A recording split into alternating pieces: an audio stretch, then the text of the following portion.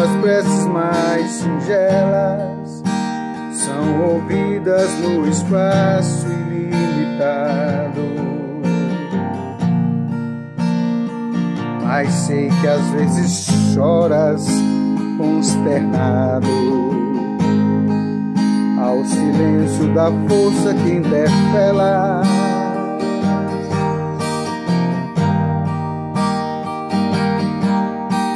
Volve ao teu templo interno abandonado, a mais alta de todas as capelas,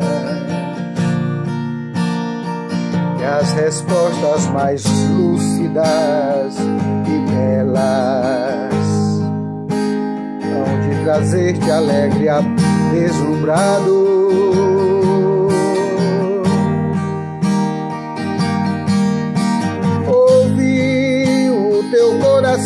Em cada prece, Deus responde em ti mesmo e te esclarece com a força eterna da consolação. Compreenderás a dor que te domina sob a linguagem pura e peregrina da voz de Deus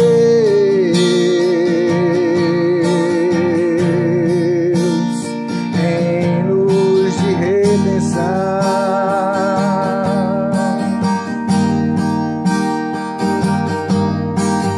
Ouve o teu coração em cada prece, Deus responde em ti mesmo e te esclarece com a força eterna da consolação. Compreenderás a dor que te domina sob a linguagem pura e peregrina, a voz de Deus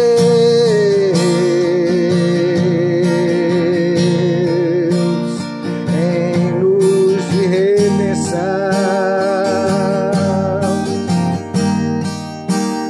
Compreenderás a voz de Deus em luz de redenção.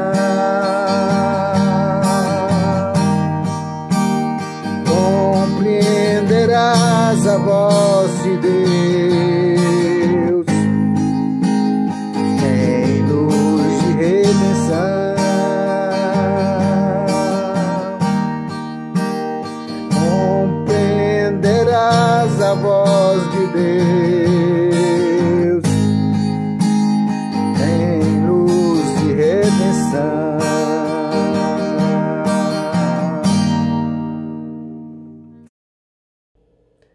Olá, boa noite a todos,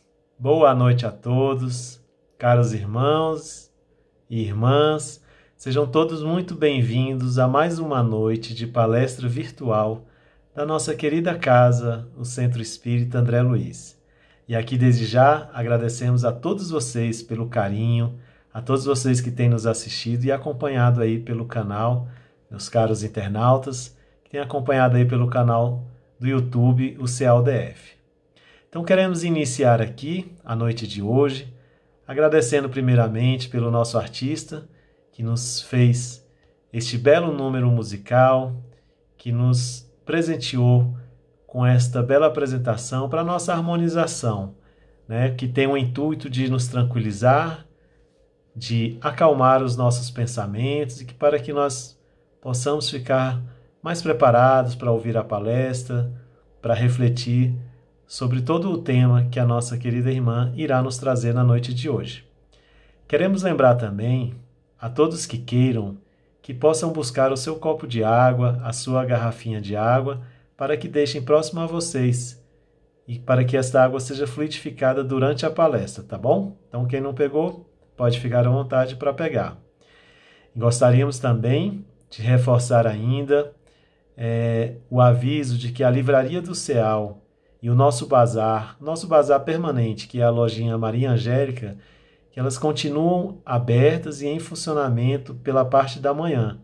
Então, a Livraria do Ceal e o nosso bazar continuam abertos e em funcionamento pela manhã. Então, fica o nosso convite para que todos possam comparecer. Lembrando ainda e reforçando, da valiosa e importância da questão que são as doações, de que tanto a casa necessita. Então, pedimos para aqueles que têm disponibilidade, e enfatizando a importância, que possam contribuir financeiramente, que possam realizar a manutenção financeira da casa, porque nós sabemos que a casa depende dessas doações para seguir em frente com todas as suas atividades, com toda a parte de assistência, que a casa proporciona a tantos assistidos. Então, quem puder, continuar colaborando, para quem não colaborou ainda, que possa fazer a sua colaboração e a sua doação. E nós ficaremos muito agradecidos. A casa agradecerá bastante, tá bom?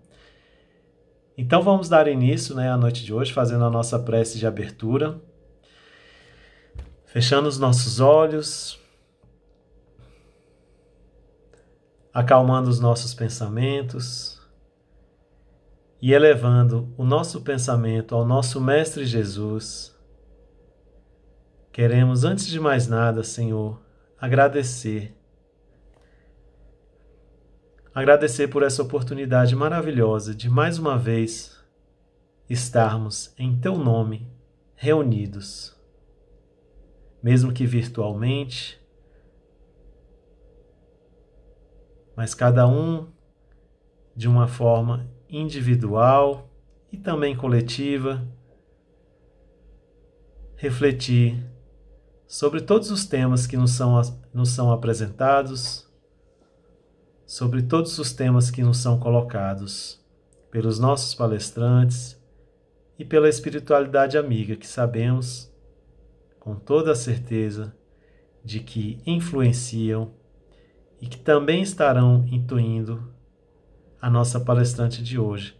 Então, agradecer por essa oportunidade de aprendizado, essa oportunidade de aquisição de conhecimento, de tantas palavras benéficas e orientações maravilhosas que recebemos do alto, para que possamos, dessa forma, promover e dar continuidade à nossa caminhada, à nossa jornada espiritual, buscando evoluir sempre, buscando melhorar a cada dia, buscando realizar a nossa reforma íntima, trazendo o crescimento para o nosso espírito e trazendo o crescimento moral de que tantos necessitamos.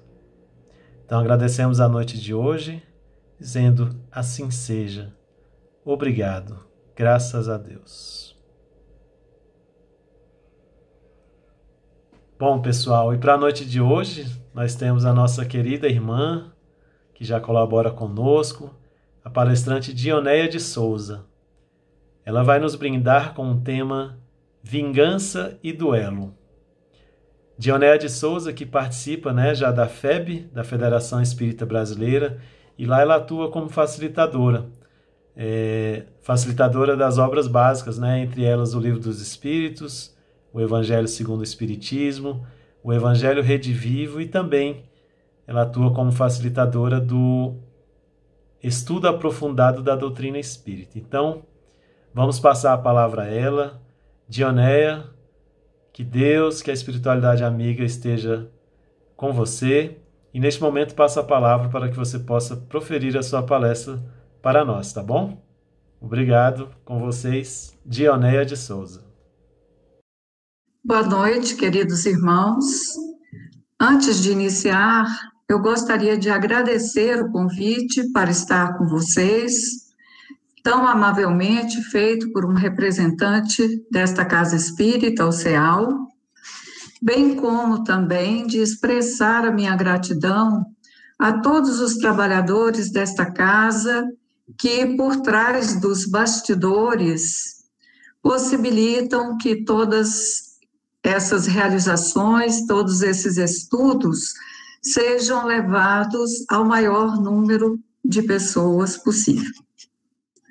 O tema que vamos tratar, vingança, foi objeto de considerações por parte de Joana de Ângeles, contribuindo para ampliar o entendimento de todos acerca dos movimentos de vingança e das consequências deles advindas para os nossos espíritos. Procuraremos, nesta rápida abordagem, destacar alguns aspectos do assunto, quais sejam as causas das enfermidades da alma, dentre elas as que levam à vingança, a raiz do problema e a visão distorcida da realidade por aqueles que cultivam o desejo de retaliação. Soluções para tal sofrimento. E um exemplo positivo em uma situação desta ordem.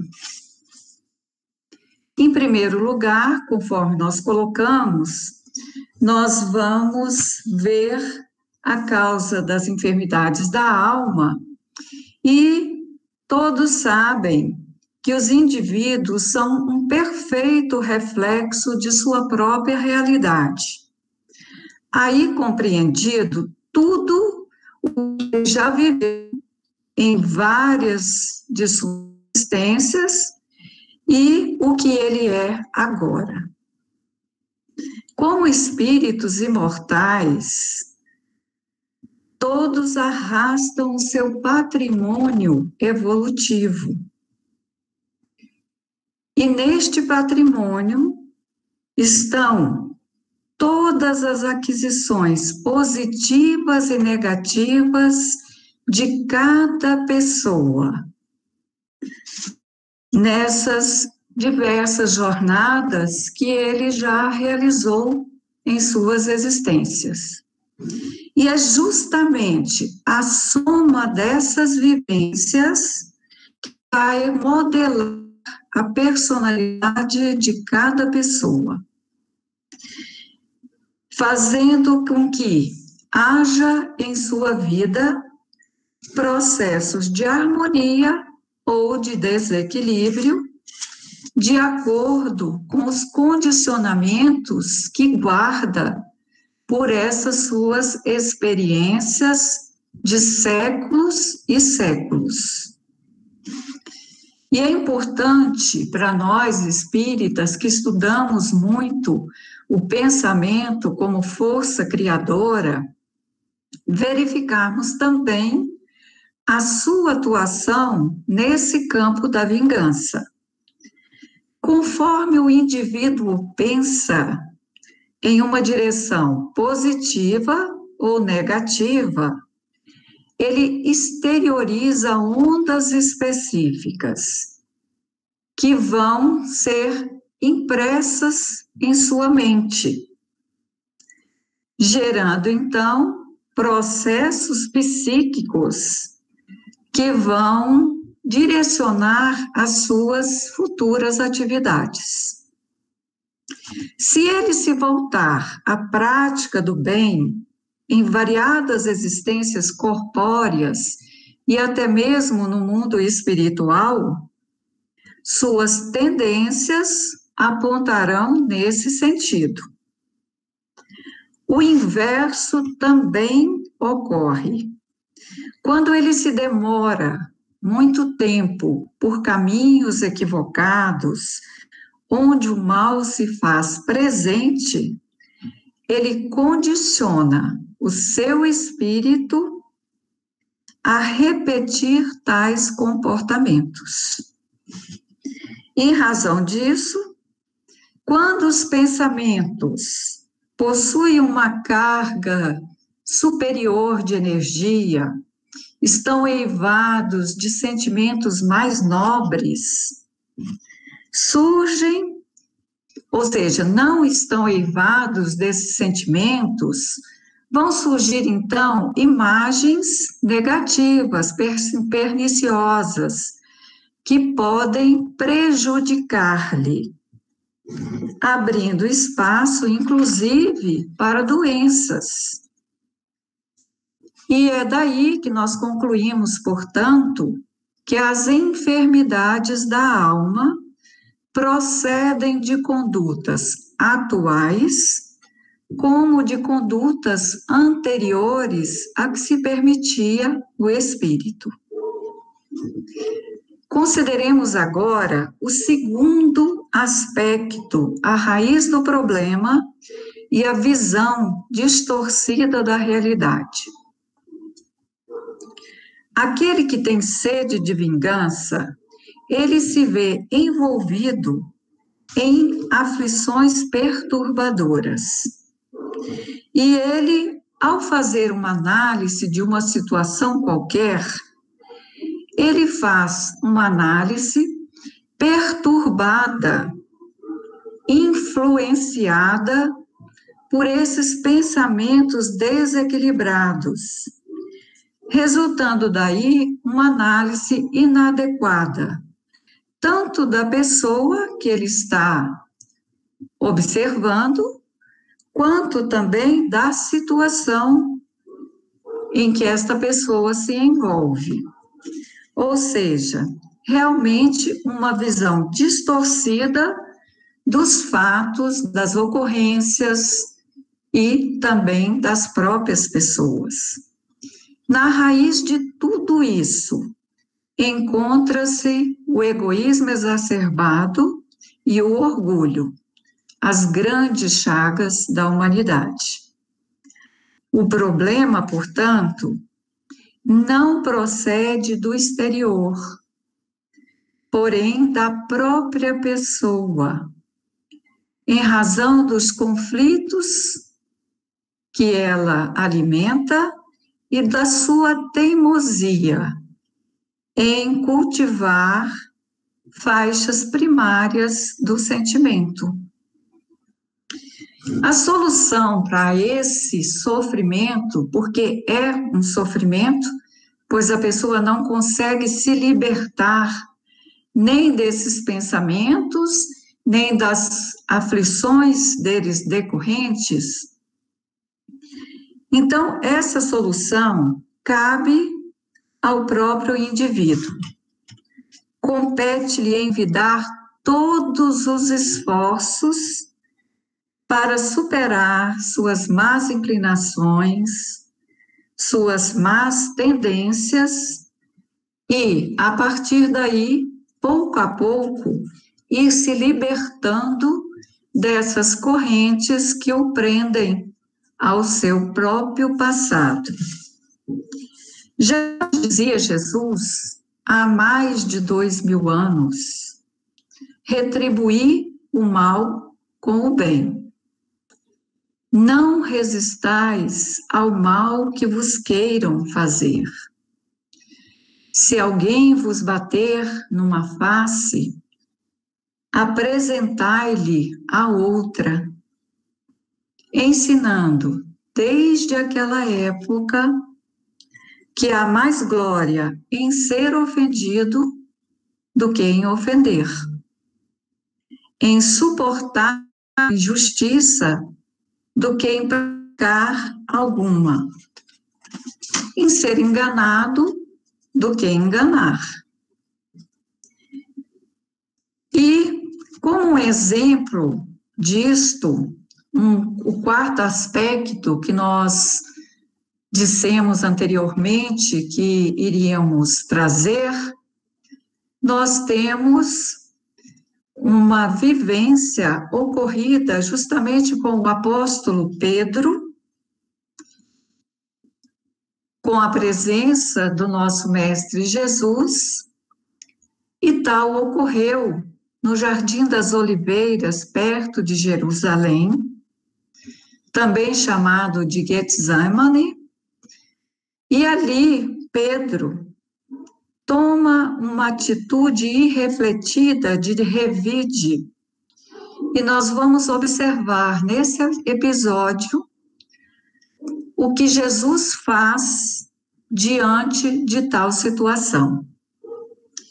Amélia Rodrigues, na obra Luz do Mundo, conta-nos que nesse final de tarde, a alma de Jesus experimentava uma tristeza profunda. A dor produzida pela ingratidão das pessoas que haviam partilhado do seu amor feria-o fundamente, e ele buscava o Pai naquele recanto.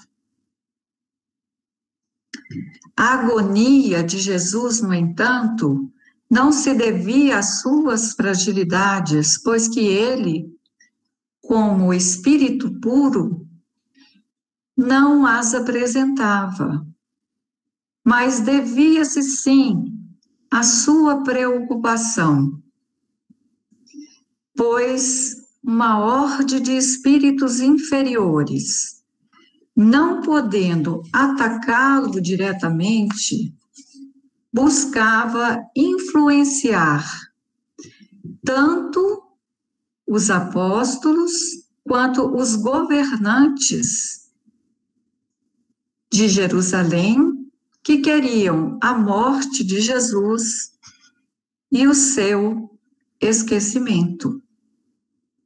Passam-se alguns fatos que nós vamos pular para ir direto àquele que nos interessa nesse assunto, que é justamente a prisão de Jesus, feita de forma desrespeitosa e abusiva. E aí Pedro, indignado com o que presenciava, ele saca de uma espada, avança sobre Malco, que era justamente o representante do sumo sacerdote, que conduzia os soldados que iam efetuar a prisão de Jesus, e Pedro corta-lhe a orelha. Imediatamente o mestre olha para Pedro e lhe diz: guarda a tua espada, porque quem usa da espada morre pela espada. E conta-nos o evangelista Lucas que Jesus aproxima-se do soldado Malco e cura-lhe a orelha, justamente naquele momento, e deixa-nos a lição ali, no Jardim das Oliveiras, de que não devemos jamais agir com violência, agir buscando o revide, mas sim procurando sempre perdoar, desenvolver bons sentimentos em relação àqueles que nos cercam, que nos acompanham. É interessante também nós observarmos um pouco a respeito de quem era essa personagem da história, Malco. Ele era justamente o que se chamava naquela época de servo do sumo sacerdote. Na verdade, uma espécie de assessor, porque era ele que substituía o sumo sacerdote nas suas ausências. E, para tanto, Malco dedicara a sua vida inteira para chegar até ali. E naquele momento, ele foi envolvido por uma dor profunda também, porque ele julgava-se correto, ele não sabia quem era Jesus, e ele estava ali cumprindo uma ordem do sumo sacerdote. E quando Pedro atinge-lhe a orelha, ele vê destruir por terra todos os seus sonhos, tudo aquilo que ele havia construído até aquele momento, pois ele dedicara aquela sua existência a se preparar para aquele posto que já detinha e também para ser algum dia o sumo sacerdote. E, na verdade, ele seria até mesmo demitido do seu cargo, porque não o aceitariam mais sem uma de suas orelhas. Aí o significado, a relevância da atitude de Jesus, que diante de todos mostra o poder de que se via investido, podendo inclusive efetuar em favor de Malco o que ele realizou. Então, nós temos aí esta lição do Mestre amado, de como nós devemos nos portar quando envolvidos em processos desta ordem. Kardec também, no capítulo 12 de O Evangelho segundo o Espiritismo, ele faz uma análise desse tema e nos traz diversas mensagens sobre o ódio, a vingança e duelo.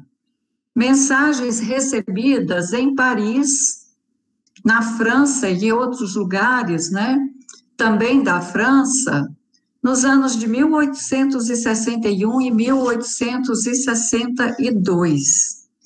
Mas, curiosamente, Kardec, naquele capítulo, na parte das instruções dos espíritos, ele dá uma atenção toda especial a duelos, pois que escolhe 5 mensagens que tratam do assunto.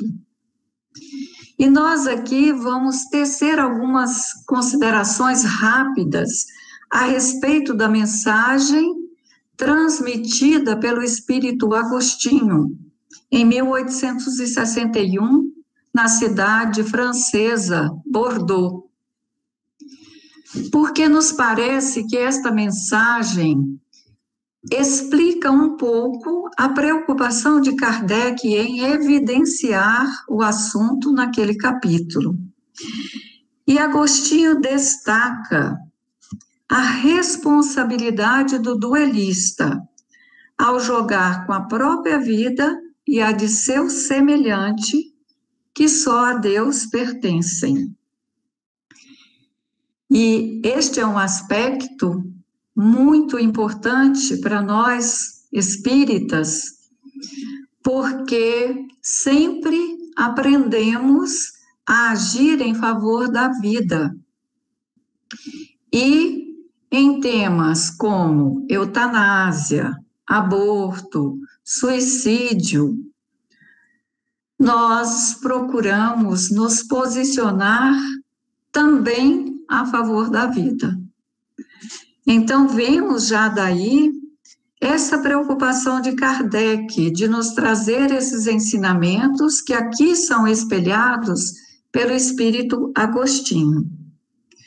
Outro destaque dele é sobre a classe social do duelista, que era sempre, ou quase sempre, entre a dos ricos, a dos abastados, a dos aristocratas, consequentemente, a dos que detinham mais informações, mais conhecimento.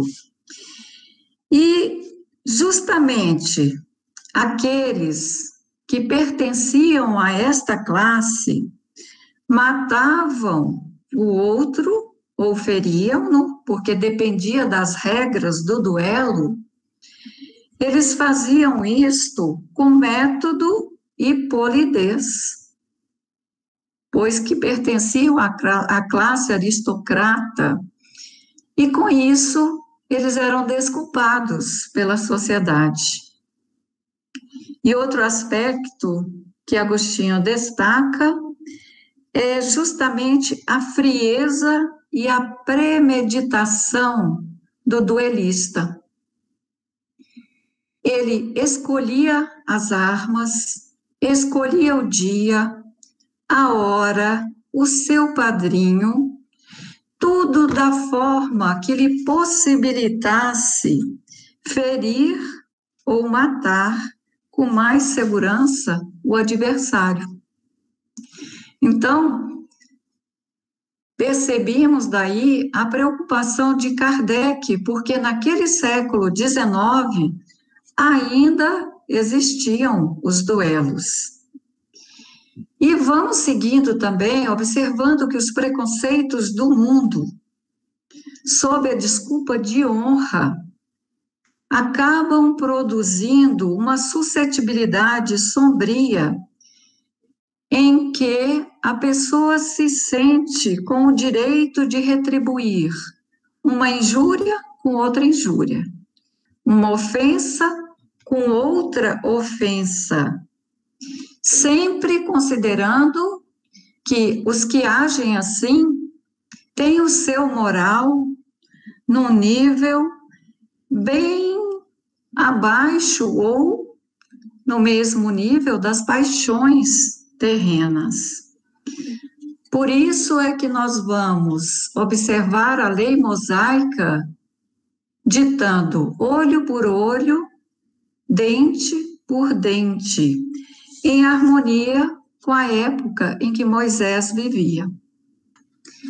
Hoje, é claro, nós reconhecemos que não existem mais os duelos com espadas, com outros tipos de armas. No entanto, nós presenciamos no nosso dia a dia muitas pessoas envolvidas nessas atitudes duelistas em todos os lugares, nas nossas famílias, na sociedade, no trabalho, nas agremiações religiosas. De que duelos estamos falando nesse momento? Dos duelos daqueles que querem impor as suas verdades, a maneira como pensam, muitas vezes desrespeitando o seu semelhante, não lhe permitindo externar a própria opinião e, por vezes, também, até mesmo alteando o tom de voz para, com isto, colocar a prevalência de sua própria opinião. Eles se armam, então, do orgulho e da vaidade e buscam, de todas as maneiras, fazer com que a sua opinião seja a que prevaleça. Isto é muito triste quando nós observamos esta ocorrência, não apenas nos nossos círculos familiares, mas também nas nossas casas espíritas. Porque, especialmente nestas, deveríamos estar cultivando a humildade, a fraternidade, e jamais querendo impor nossas opiniões, até porque, com o tempo, com o acessar de novos aprendizados, nós podemos, sim, modificar a nossa maneira de pensar. Então, nós vamos perceber que, além desses duelos ocorridos por meio de palavras e retornando àquilo que dissemos lá no início a respeito de pensamentos, da força criadora que eles têm, nós vamos ver que também pensamentos angustiados, desvairados, desequilibrados são distribuídos por muitas pessoas hoje em dia ao longo do caminho. E esses pensamentos acabam por atingir pessoas invigilantes, que podem, inclusive, ser influenciadas por esta faixa vibratória. É importante colocarmos aqui também que aqueles que atuam com pensamentos de revide, de vingança ou de preponderância das próprias opiniões, não querendo ouvir os demais, esses irmãos entram numa faixa vibratória que possibilita a aproximação de espíritos que se situam no mesmo patamar e passam, então, por uma questão de sintonia, a permutar também vibrações com os que estão praticando todas estas formas de comportamentos equivocados, de duelos através de palavras e de sentimentos descontrolados.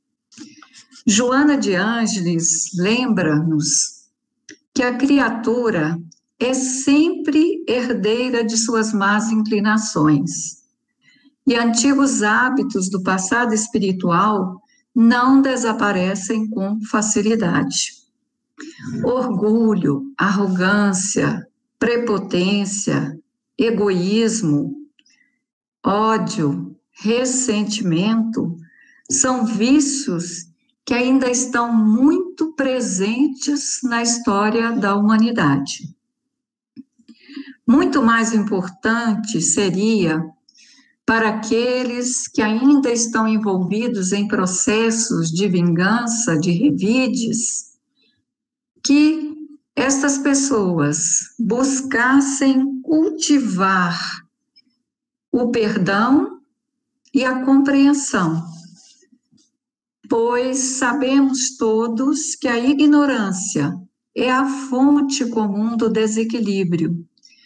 E quando as pessoas buscam estudar as leis morais, elas vão conquistando, pouco a pouco, novos patamares evolutivos, deixando, então, de se afundar nessa ignorância que favorece esses comportamentos equivocados.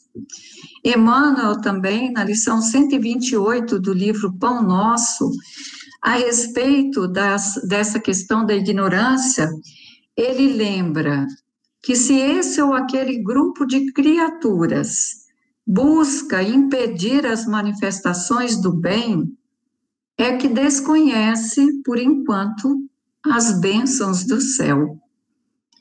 Esta é uma citação de Emmanuel muito linda e muito profunda, porque ele coloca que é justamente a ignorância, não conhecer o céu, o reino de Deus, é que leva as criaturas a optarem por coisas tão materiais ainda. E o convite que nós fazemos é que elevemos todos a nossa resignação ao nível de nossas provas, lembrando que no Jardim das Oliveiras a dor foi sagrada justamente por nosso Mestre Jesus. Que Deus, nosso Pai, abençoe a todos nós. Que assim seja. Ô, Dioneia, muito obrigado pelas suas palavras. Agradecemos de coração a sua palestra, que foi maravilhosa, né? Que tanto nos esclareceu sobre o tema vingança e duelo. Então, obrigado pela sua colaboração, Dioneia, obrigado pela sua participação. Te agradecemos e fica já o convite para que você retorne à nossa casa, para que você retorne às nossas atividades, tá bom? Muito obrigado. Gostaríamos, pessoal, antes do encerramento e da prece de encerramento, só de lembrá-los que nossas palestras continuam sendo realizadas de forma virtual. Nos dias, elas acontecem todo domingo às 17 horas e às quartas-feiras às 19h30. Então, continuamos aqui, firme e forte. Vamos superar esse momento da pandemia e, por enquanto, sempre de forma virtual, domingo às 17 e todas as quartas-feiras, 19h30, tá bom? Vamos então para a nossa prece de encerramento, fechando novamente os nossos olhos e refletindo sobre tudo que ouvimos, sobre tudo que podemos tirar de proveito da noite de hoje e toda aquela reflexão interna de tudo aquilo que ainda precisamos para evoluir, de tudo aquilo que precisamos para melhorar a nossa postura como ser humano, a nossa postura como espírito. Então, sempre estudando e ouvindo e buscando refletir, buscando nos melhorarmos a cada palestra, a cada aula, a cada encontro que temos com o nosso próximo, com a nossa casa espírita. Agradecemos a Deus, Senhor, por esta noite maravilhosa, pela saúde de todos os nossos familiares, de todas as pessoas que convivem conosco. Que possamos, então, neste momento, dar graças a Deus, dizer assim seja e agradecer à espiritualidade amiga por ter estado conosco, por estar nos protegendo e por estar cuidando de tudo aquilo que temos programado em nossas existências. Que assim seja. Obrigado. Graças a Deus. Obrigado, pessoal. Obrigado mais uma vez pela companhia. Uma boa noite a todos. Fiquem com Deus e uma ótima semana. Obrigado.